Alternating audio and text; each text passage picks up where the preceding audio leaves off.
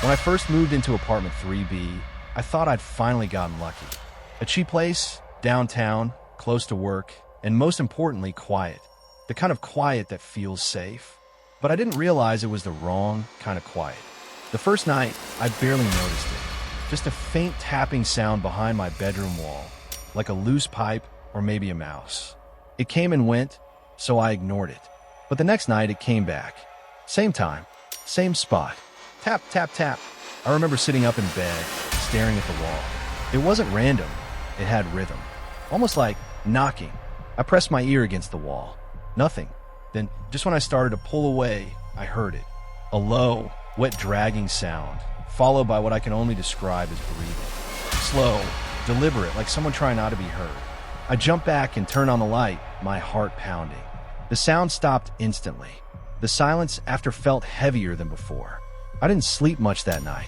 The next morning, I told the building manager, Mr. Hall. He was this grumpy old man who smelled like cigarettes and engine oil.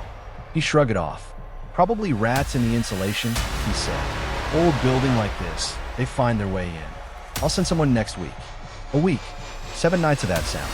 By the third night, I'd started recording. On playback, you could clearly hear the tapping, but faintly, underneath it, was something else. A whisper. At first I thought it was static, but then I heard it again clearly. Let me out. I deleted the recording immediately. Because sometimes, pretending you didn't hear something is the only way to stay sane. On the fourth night, I noticed something new. A small crack forming along the baseboard of the wall. It hadn't been there before. When I touched it, the plaster was soft, almost damp. I pulled my hand back and there was something on my fingers. Not dust. Something darker. It smelled like rust and rot.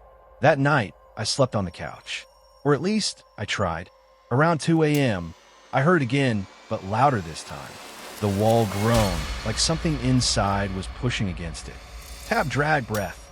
Then silence. I waited for it. I don't know why. Curiosity, fear, or both. Then, right when I started to convince myself it was over, I heard it. A faint crack. And then the unmistakable sound of something peeling out of the wall. I turned my head slowly toward the hallway. The light from the street barely reached inside, but I saw movement, something shifting near my bedroom door. It was hunched, glistening. Its limbs were too long, dragging against the floor. And its face, if you could call it that, looked wrong, like skin stretched over something that didn't fit beneath it. I wanted to run, but I couldn't move. It tilted its head, listening, then crawled back into the dark. The sound of wet scraping echoing as it disappeared into the wall.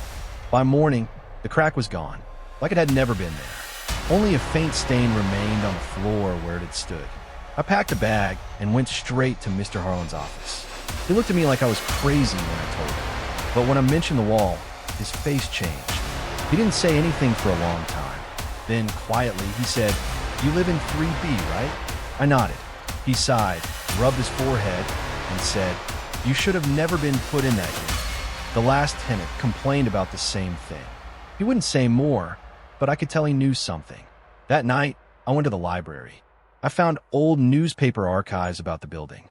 Apparently, 10 years ago, a man who lived in 3B went missing. No forced entry, no struggle, just vanished. Neighbors said they heard scratching and moaning for weeks before he disappeared. The police eventually sealed off part of the wall during the investigation, but the case went cold. I couldn't stop shaking.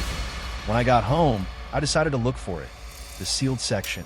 Behind the wallpaper in my bedroom, I found faint outlines, covered up but still there, like someone had plastered over an old door. It looked human-sized. That night, I didn't even try to sleep. I sat in the living room with all the lights on, staring at the hallway. At 2:13 a.m., the wall started to creak again. I heard tapping, louder this time, more urgent. Then a voice, muffled but clear. "You shouldn't have opened it." The lights flickered. The crack split wide open, and something pushed through. Hands first. Too many of them. Skinless, trembling, grasping the air like they were drowning. Then came a face, pale, stretched, and smiling. It whispered, "It's my turn now." Everything after that is a blur. I remember screaming. I remember the lights going out. And I remember waking up on the floor in the morning, covered in dust, my head pounding. The wall looked normal again, completely smooth, but my phone, lying beside me, was recording. The footage shows me sleeping on the couch, and behind me, for almost an hour, the faint shape of a figure slowly emerging from the wall, watching. It disappears when I wait. I sent the video to Mr. Harlan. He never replied. The next day, a moving truck was parked outside. His office was empty. It's been 3 weeks since then. Every night, I hear the tapping again. Only now it's in every wall. The bathroom, the kitchen, even behind the mirror. Last night, I woke up to find new cracks forming all around me, like the apartment is breathing. And when I pressed my ear to the wall, I didn't just hear one voice anymore. I heard dozens, whispering, laughing, waiting.